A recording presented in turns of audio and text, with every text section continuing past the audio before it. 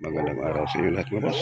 Ang dami kasi request sa akin mga boss, kaya ginawa ko ng content kung gaano daw ka lalim yung propeller natin dito sa tatlong cut. So ganito as yung setup nito mga boss ay 1/2 lang siya mula dito sa dulo. Kaya ito na yung request, pakita ko sa inyo.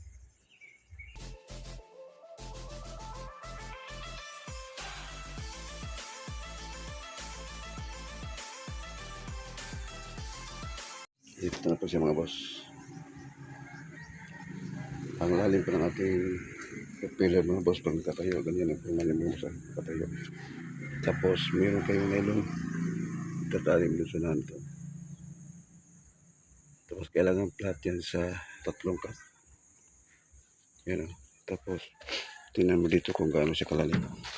Hindi mo siya makita yun na yun mga boss. Yan o. Titingnan mo siya kung nakalapat sa tatlong cut. So ang lalim ng ating nylon mga boss, ang lalim ng ating propeller mga boss ay 1/2 lang yan sa level ng tatlong cut. Pag tayo, pwede kang bumaba ng ulo o pwede mo siyang i-ano ganyan no. Flat siya dito yung nylon. Para sigurado po tayo na maganda yung takbo ng ating bangka mga boss. Ganyan magsukat mga boss.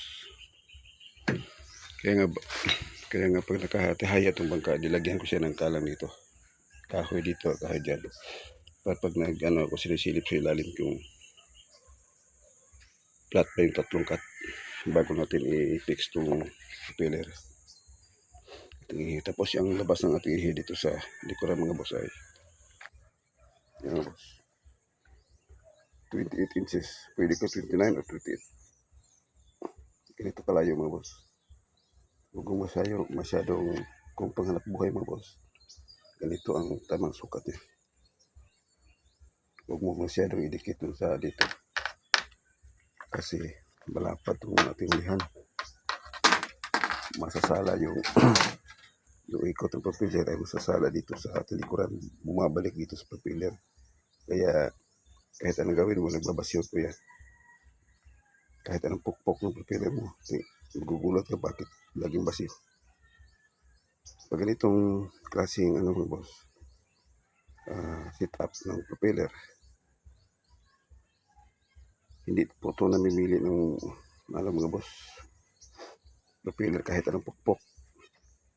Pwede po siya.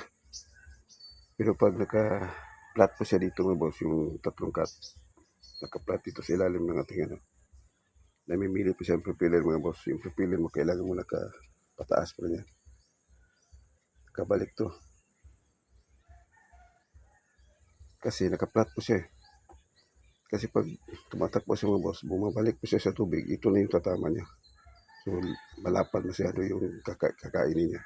So kailangan may balik yan. Pero pag ganito na lalim ay 1/2 or isang 1 inch. Pwede po siyang ganito mga boss, medyo nakahiga ng konti. Okay mga boss, marami pong mga boatmaker na hindi ito pinapansin. Pero napakalaking po ito mga boss, napakalaking tulong po ito sa atin. Basta ganito lang, i-flat mo na yung yan. Tapos tayo mo yan, sukat ka 1/2 inch lang po siya mga boss. Kalahating pulgada lang po yung lalim ng ating dulo nito doon sa ating cut, apat na cut. Okay mga boss, subukan nyo itong ganito mga boss. Magugulat ka doon sa sa takbo ng bangka mo. Iba po yung kasi kadalasan dati ang lalim mga boss, mga 1 yung lalim namin. Yung takbo niya hindi parehas, minsan mabilis, minsan mabagal. Pero pag ganito mga boss, halos na kaparehan na yung takbo ng ginagawa mong bangka. So ganito lang mga boss, sundan mo lang yung tingnan mo yung pantay ng ano ka to. Tingnan mo yung dulo ng propeller. Ganun lang, oh. Simple lang. Kasi masisilip mo yan dito pag nagkalagyan ng kalan dito. Masisilip mo sa ilalim kung gaano kalalim itong dulo. Okay mga boss, medyo mahaba ng explanation ko. Sana makuha niyo mga boss. Ganito talaga mga boss. Huwag mo hayaang bumaba masyado. Kasi pwede lang sa ano yung pang-reason. Okay mga boss, maraming salamat sa inyong panonood and God bless po sa inyo lahat mga boss.